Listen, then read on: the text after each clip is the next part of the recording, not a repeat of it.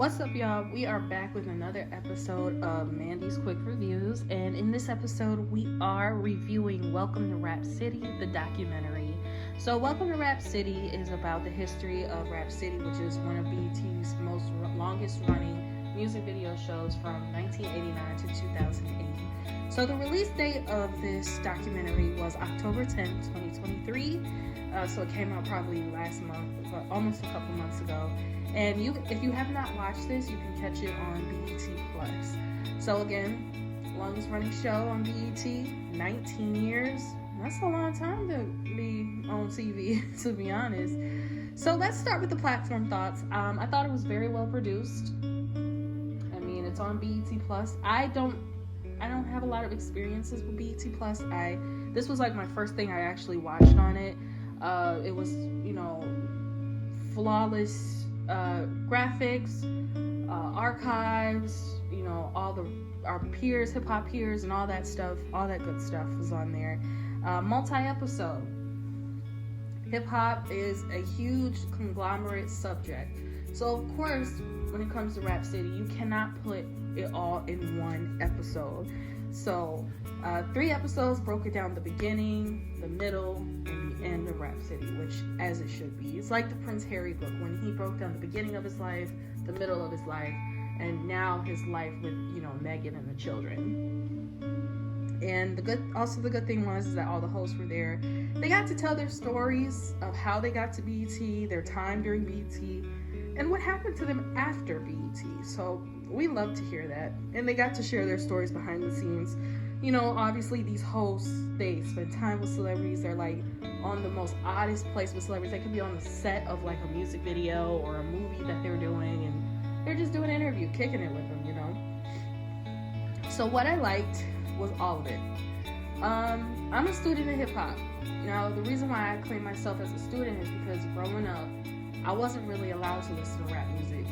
I mean, I could, but it had to be like super squeaky Walmart clean, So, watching this, it helped me learn a little bit more. If you're a hip hop head, like, I don't even call myself a hip hop historian.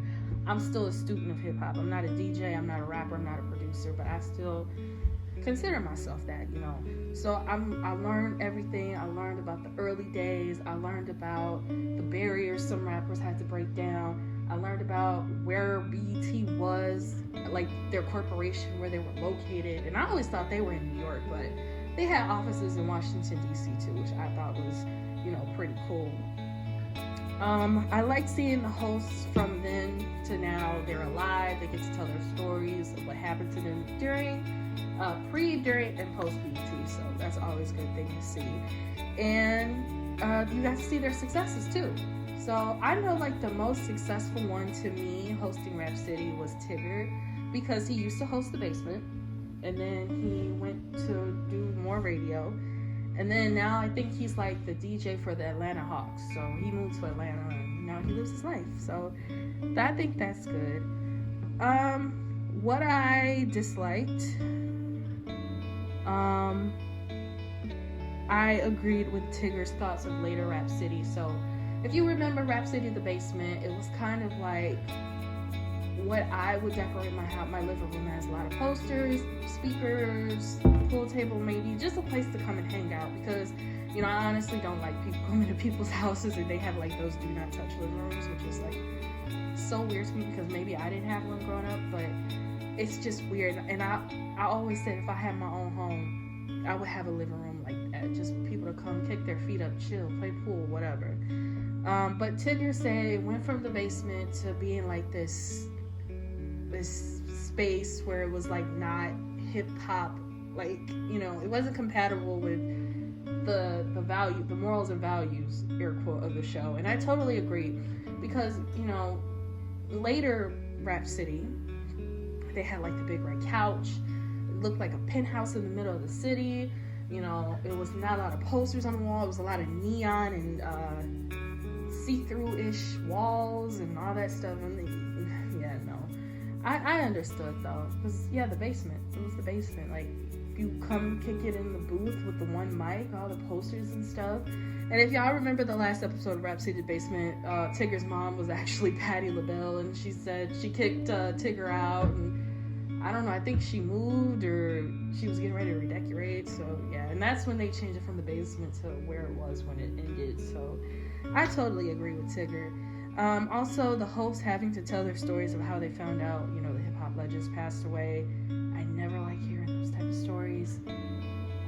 Last documentary I watched where they had to share how they passed away was, I think, the Death Row Chronicles, and it was probably some other documentaries between it, but I watched so many I don't remember. But yeah, that was the review for Welcome to Rap City, the quick review. Mandy Stars, I give it a 5 out of 5. Again, if you're a hip hop head, you love Rap City, if that was your era, this is good for you to watch. And is it bingeable? Yes. 3 episodes on BET Plus, so it's not on regular BET, it's on BET Plus. So if you don't have that, I think it's like $4.99 to $9.99 a month. I don't know. I use my mama's.